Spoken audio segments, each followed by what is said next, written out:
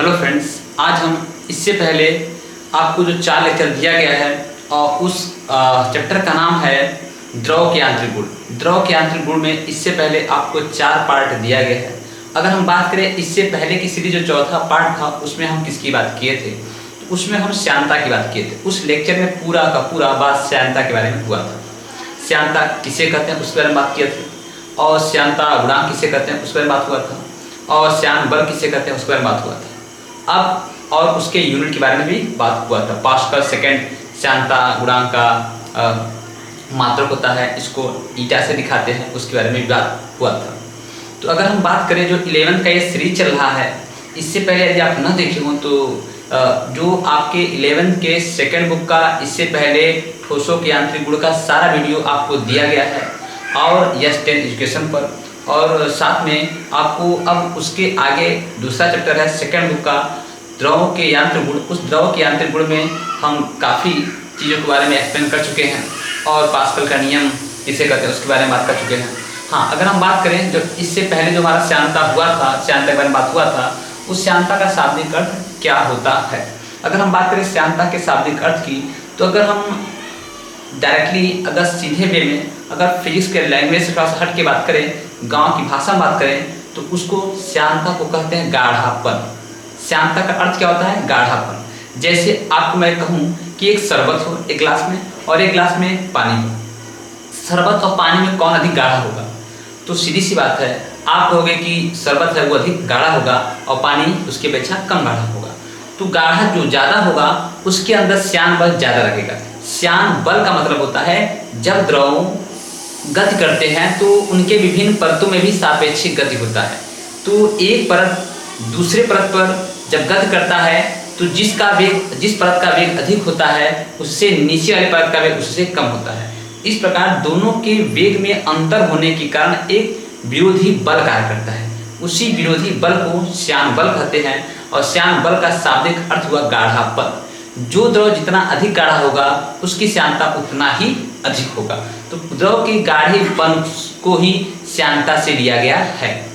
आप ये मत समझ लीजिएगा कि सारा ऐसा द्रव होते हैं जिनकी गाढ़ापन अधिक होती है उनकी श्यानता अधिक होती है ना। ये 95% केस में ऐसा होता है कि गाढ़ापन अधिक होगा तो श्यानता अधिक होगी, और यदि गाढ़ापन कम होगा तो श्यानता कम होगा। लेकिन सभी में बात करें कि सभी के लिए ऐसा है कि गाढ़ा अधिक होगा श्यानता अधिक होगा, तो ऐसी बात नहीं है। लेकिन यह 95% केस में आप कह सकते हो कि गाढ़ापन अधिक है तो उसकी श्यानता अधिक है। तो इसका मतलब आप समझ गए कि श्यानता जो हम इससे पहले बात किए थे वो क्या था? वो था कि द्रव के गाढ़ेपन से संबंधित था। तो जो ज़्यादा द्रव गाढ़ा होगा उसकी श्यानता अधिक होगी, जो कम गाढ़ा होगा उसकी श्यानता कम होगी। तो श्यानता क्या होता है और उसकी प्रॉपर्टी क्या होती है, और गैसों में भी श्यानता लगता है, इन सभी के बारे में आपको बताया गया। जैसे मैं आपको बताया था कि ताप बढ़ाया जाए, ताप बढ़ाते हो, टेम्परेचर बढ़ाते हो तो क्या होता है, गैसें अगर किसी भी बर्तन में गैसें भरी होती हैं तो गैसें और तेज़ी से गति करने लगती हैं आपस में। जैसे आप एग्जाम्पल, अगर नॉर्मल एग्जाम्पल दिया जाए तो कुकर में यदि द्रव उबलकर भाप का रूप ले लेता है और अधिक ताप देने पर कुकर की सीटी उठ जाती है और गैस बाहर निकलने लगता है। ऐसा क्यों होता है? क्योंकि गैसें आपस में और अधिक मात्रा में टकराने लगते हैं। तो गैसें अधिक मात्रा में टकराने लगते हैं तो उस सेंस में आप कह सकते हो कि गैसों की श्यानता बढ़ गई। लेकिन हमने बताया था कि द्रव की श्यानता ऐसी नहीं होती है। ताप बढ़ाने पर द्रव की श्यानता घट जाती है क्योंकि द्रव और पतला हो जाता है। फॉर एग्जाम्पल में अगर कोई शीरा ठंडा अवस्था में हो तो गाढ़ा रहेगा, अगर उस शीरे को गर्म किया जाए शीरा क्या हो जाएगा? शीरा और अधिक पतला हो जाएगा। जितना अधिक पतला होगा उतना ही उसकी श्यानता कम होगी। तो आपको बताए थे कि द्रवों के केस में ताप बढ़ाने पर द्रव की श्यानता घट जाती है, अर्थात गाढ़ापन कम हो जाता है। और वही गैसों के केस में आपको बताए थे कि ताप बढ़ाने पर गैसें आपस में और अधिक टकराने लगती हैं और अधिक टकराने लगती हैं जिससे गैसों की श्यानता ताप बढ़ाने पर बढ़ जाती है। इस प्रकार से इससे पहले वाले लेक्चर में पूरी बात अच्छे से किया गया। तो आप उस वीडियो को जरूर देखें और उस वीडियो के बाद जस्ट हम इसकी बात करें। 5वां पार्ट हमारा है कौन सा? ठोसों के यांत्रिक गुण का, 11th का सेकेंड बुक का। चलिए देखा जाए।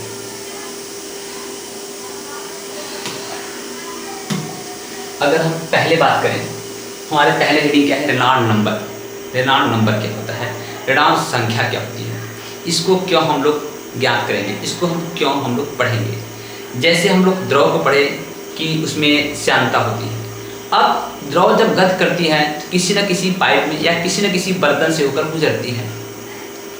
तो अब द्रवों का वेग और अधिक बढ़ाते जाएं तो सीधी सी बात है द्रव उस पाइप में और अधिक मात्रा में प्रवाहित होती जाएंगी। लेकिन क्या ऐसा है कि लगातार द्रव का वेग और अधिक कर दिया जाए तो और अत्यधिक मात्रा में द्रव उस पाइप से गुजरेगी? तो बाद में देखा गया कि ऐसा नहीं होता है। एक सीमा तक ही द्रव का वेग बढ़ाने से द्रव उस पाइप के क्षेत्रफल से तेजी से गुजरता है।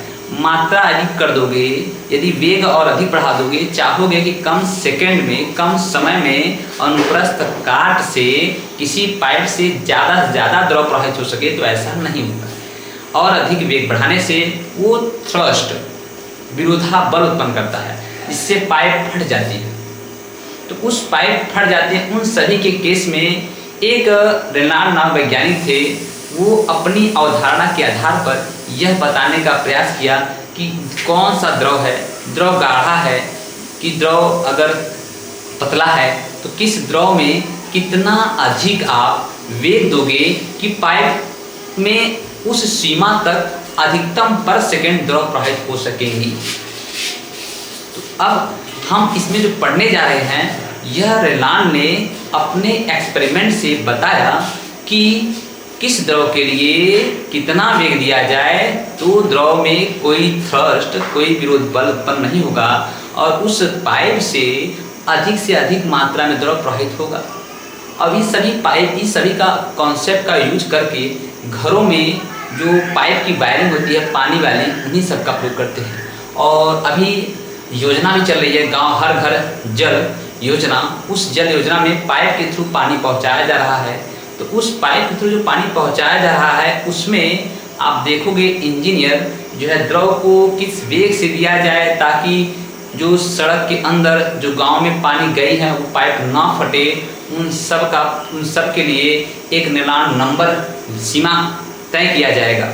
तो हम यही बात करेंगे, ये रेनाल्ड नंबर क्या करता है, यह बताता है। इसकी मदद से यह क्लियर हो जाता है कि किस द्रव का वेग कितना दे दिया जाए, रेनाल्ड नंबर कितना रखा जाए कि पाइप पे कोई थ्रस्ट न उत्पन्न हो, पाइप ना फटे और द्रव मैक्सिमम मात्रा में पर सेकंड उस पाइप से गुजर सके।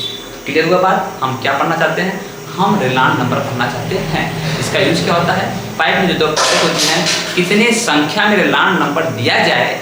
रेनाल्ड नंबर क्या होता है, एक संख्यात्मक मान होता है, इसकी कोई मात्रा नहीं होती है। इससे डिसाइड होता है कि पाइप में किस वेग से पानी दिया जाएगा, कितना रेनाल्ड नंबर रखा जाए कि पाइप में आसानी से पानी प्रवाहित हो सकेगा। चलिए बात करें। तो रेनाल्ड नामक वैज्ञानिक ने अपने इस आधार पर, अपने एक्सपेरिमेंट के आधार पर बताया, क्या बताया, यदि कोई पाइप हो, यदि किसी पाइप का व्यास d हो, पाइप का व्यास क्या हो, d हो, और द्रव की श्यानता म्यू हो, द्रव का घनत्व रो हो, तथा द्रव u वेग से पाइप में प्रवाहित हो तो उन्होंने एक अपना फार्मूला दिया। तो द्रव की रेनाल्ड नंबर, तो द्रव का रेनाल्ड संख्या, Rn इक्वल टू क्या होगा, Rn इक्वल टू होगा रो u और पाइप का व्यास d बटे विस्कोसिटी, श्यानता। उन्होंने ये फार्मूला दिया ये जो सूत्र है यह एक संख्यात्मक मान होता है। ये फॉर्मूला क्या है? एक संख्यात्मक मान है। अब क्या करोगे, आप इस संख्यात्मक मान की मदद से आप जान पाओगे कि पाइप का व्यास अगर ये है, पाइप में द्रव हम इस वेग से देंगे तो पाइप में थ्रस्ट उत्पन्न होगा कि नहीं, पाइप फटेगा कि नहीं, आसानी से पानी मैक्सिमम मात्रा में निकल जाएगा पाइप से। तो रेनाल्ड ने अपना ये फार्मूला दिया। यह क्या है? यह एक संख्यात्मक मान है। क्या है ये? संख्यात्मक मान है। संख्यात्मक मान, ठीक है ना? ठीक है ना? जहाँ पे जो है वो सब लिखा दिया गया है आपको, ठीक है। तो उन्होंने अपने एक्सपेरिमेंट से बताया, क्या बताया? उन्होंने बताया यदि पहला केस है, केस पहला क्या है? पहला केस ये है, यदि आर्यन का मान, आर्यन के मान का मतलब हुआ रेनॉल्ड्स नंबर का मान। रेनॉल्ड्स नंबर का मान 2000 से कम है तो जो पाइप में द्रव प्रवाहित होगा उसका प्रकृति, उसका नेचर कैसा होगा? पाइप में द्रव का प्रवाह कैसा होगा? स्तरीय होगा, स्तरीय प्रवाह। आप इसको हिंदी में कह सकते हो कि लामिनार फ्लो होगा, लामिनार फ्लो होगा। आप कहोगे ये लामिनार फ्लो क्या होता है? अगर आप वीडियो ना देखे हो तो आप लेक्चर नंबर 3 देखिए। लेक्चर नंबर 3 में सारे प्रवाह के बारे में बताया गया है। लामिनार फ्लो, टर्बुलेंट फ्लो और rotational flow, irrotational flow, compressible flow, incompressible flow, viscous, non viscous, ये सब के बारे में आपको इससे पहले जो तीसरा पार्ट है उसमें आपको बताया गया है, ठीक है ना। तो लामिनार मतलब कि द्रव जो प्रवाहित होगा वो लेयर बाय लेयर प्रवाहित होगा और पाइप में कोई थ्रस्ट उत्पन्न नहीं होगा यदि रेनॉल्ड्स नंबर कितना रखा जाए, 2000 से कम। दूसरा कंडीशन बताया उन्होंने,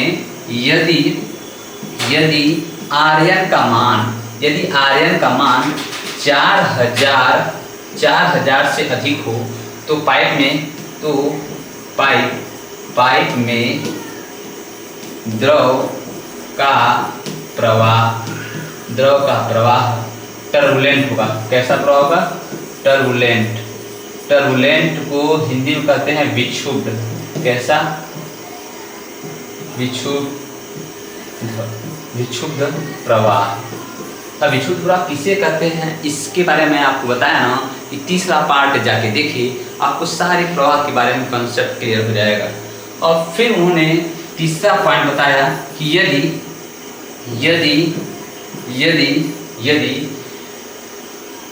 आर्यन का मान यदि 2000 से अधिक हो आर्यन का मान और 4000 से कम हो तो क्या होगा? तो अनियमित प्रवाह होगा, अनिश्चित। कैसा प्रवाह होगा? तो प्रवाह क्या होगा? प्रवाह अनिश्चित होगा। अनिश्चित का मतलब ये हुआ थोड़ा टर्बुलेंट होगा, थोड़ा लामिनार होगा, मतलब पाइप में थ्रस्ट बहुत कम उत्पन्न होगा, ठीक है ना। तो इस आधार पर उन्होंने बताया कि पाइप अगर चाहते हो कि सुरक्षित रहे, पाइप ना फटे जल्दी, तो आप कृपया करके रेनॉल्ड्स नंबर जो है वो 2000 से कम रखिए। आपको कैसे निकाला जाएगा? आसानी से आप पाइप का व्यास मेजर कर सकते हो, किस वेग से दे रहे हो उस मोटर से आप जान सकते हो कि पानी किस वेग से दिया जा रहा है। और पानी की विस्कोसिटी आपको ऑलरेडी लिखा रहेगा चार्ट में, तो आप आसानी से सारा डाटा आप, और पानी का घनत्व होता है 1000 किग्रा प्रति मीटर क्यूब, तो आप अपना रेनॉल्ड्स नंबर आप वहाँ से निकाल सकते हो, ठीक है ना भाई। चलिए, उन्होंने बताया, क्या बताया? उन्होंने बताया भाई, देखिए तो उन्होंने बताया कि आर्यन यदि इक्वल हो 2000, इसको कहते हैं lower critical velocity, lower critical velocity, मतलब 2000 रखोगे तो लोअर क्रिटिकल वेलोसिटी होगा, और 4000 रख दोगे यदि आर्यन 4000 हो जाए, आर्यन कितना हो जाए? आर्यन 4000 हो जाए तो अपर क्रिटिकल क्रिटिकल वेलोसिटी क्या होगा, वेलोसिटी होगा। मतलब कि निम्न क्रांतिक वेग, इसको हिंदी में कह सकते हो कि निम्न क्रांतिक वेग होगा। और ये क्या होगा, ये आपका उच्च क्रांतिक वेग होगा, उच्च क्रांतिक वेग होगा। इस आधार पे पाइप ना फटे, इस नियम का उपयोग करिए और आपकी पाइप सालों साल चलती रहेगी, यदि वो अच्छी कंपनी की है तो। चलिए नेक्स्ट लेक्चर को देखा जाए। अगर हमारा है सीमांत वेग किसे कहते हैं, सीमांत वेग किसे कहते हैं उसके बारे में व्याख्या करते हैं। सीमांत वेग के अगर बारे में बात करें, जब पिंड पर लगने वाले श्यान बल पिंड के भार के बराबर हो जाए, अर्थात उत्प्लवन बल और पिंड पर कार्य करने वाले उसके भार इक्वल हो जाए, तो उस कंडीशन में, उस स्थिति में द्रव एक नियत वेग से नीचे की ओर गिरता रहता है और इसी नियत वेग को सीमांत वेग कहते हैं। आपको नहीं सुना है, मैं क्या बोला हूँ फिर समझिएगा। मेरे कहने का सेंस ये होगा, यदि कोई द्रव, कोई श्यान द्रव यदि गिर रहा हो, उस श्यान द्रव की श्यानता का मान, श्यान बल का मान, यदि श्यान बल का मान पिंड के भार के बराबर हो जाए, जब कोई किसी पिंड का श्यान बल पिंड के भार के बराबर हो जाए तो परिणामी बल शून्य हो जाता है। तो क्या होता है भाई, तो पिंड का परिणामी बल क्या होता है, परिणामी बल क्या होता है भाई, शून्य हो जाता है, शून्य हो जाता है। तो इस फिर समझिएगा, जब कोई पिंड श्यान बल से गिर रहा हो और पिंड का भार श्यान बल के बराबर हो जाए तो परिणामी शून्य हो जाता है। इस स्थिति में पिंड एक नियत वेग से गिर रहा होता है और इस नियत वेग को ही श्यान बल कहते हैं। एक बार फिर से आप इसको पीछे करके देख लीजिएगा, मैं क्या बोला फिर से देखिएगा। जब कोई पिंड श्यान बल से गिर रहा हो और पिंड का श्यान बल पिंड के भार के बराबर हो जाए, क्योंकि श्यान बल और भार दोनों अपोजिट होंगे। यदि पिंड ऐसे गिर रहा होगा, तो पिंड का जो भार होगा, पिंड का भार इधर कार्य करेगा और श्यान बल ऊपर काम करेगा। पिंड का भार और श्यान बल बराबर हो जाए, इस स्थिति में परिणामी क्या हो जाता है, तो परिणामी बल क्या होता है, परिणामी बल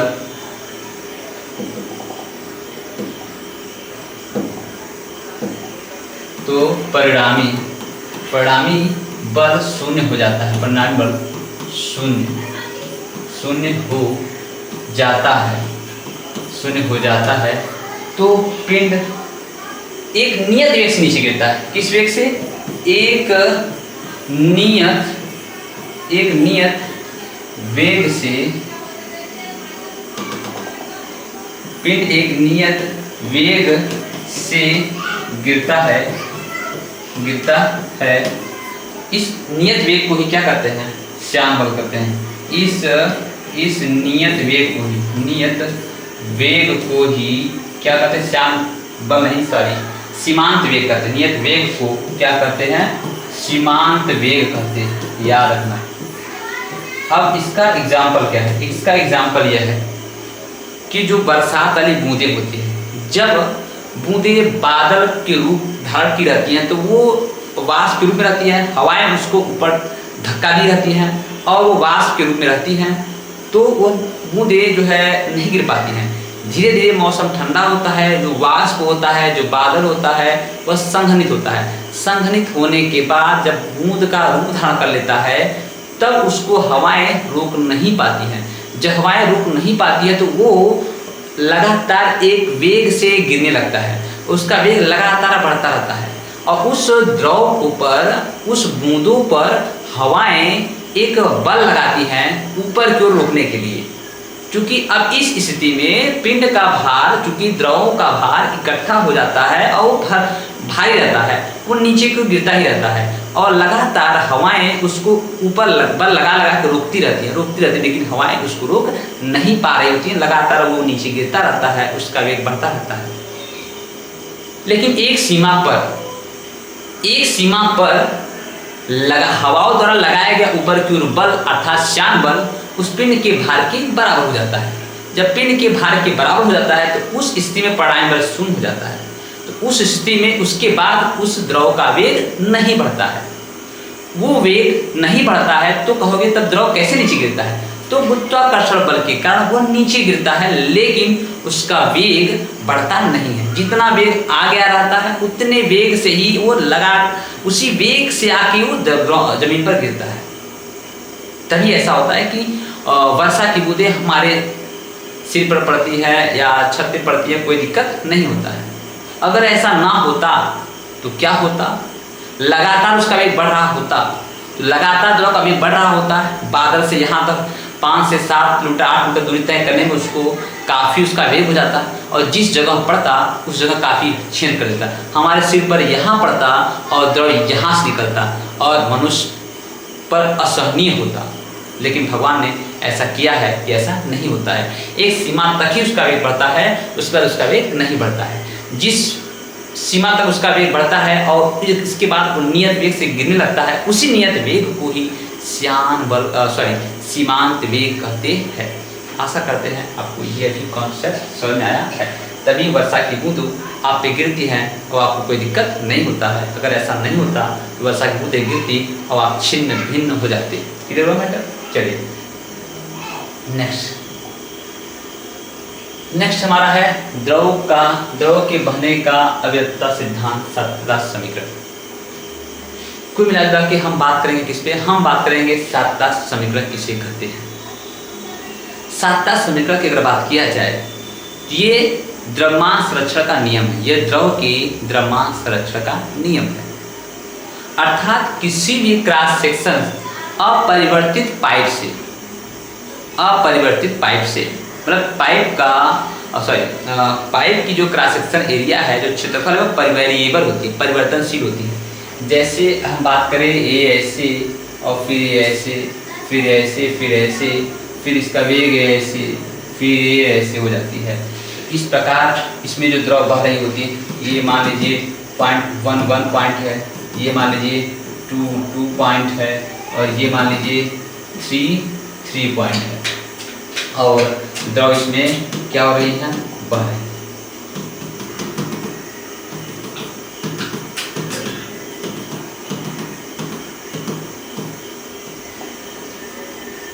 द्रव इसमें बह रहे हैं। तो द्रव का बहने का अविरतता सिद्धांत या सातता समीकरण क्वांटिटी इक्वेशन यह कहता है कि परिवर्तित पाइप में प्रवाहित होने वाले द्रव यदि अश्यान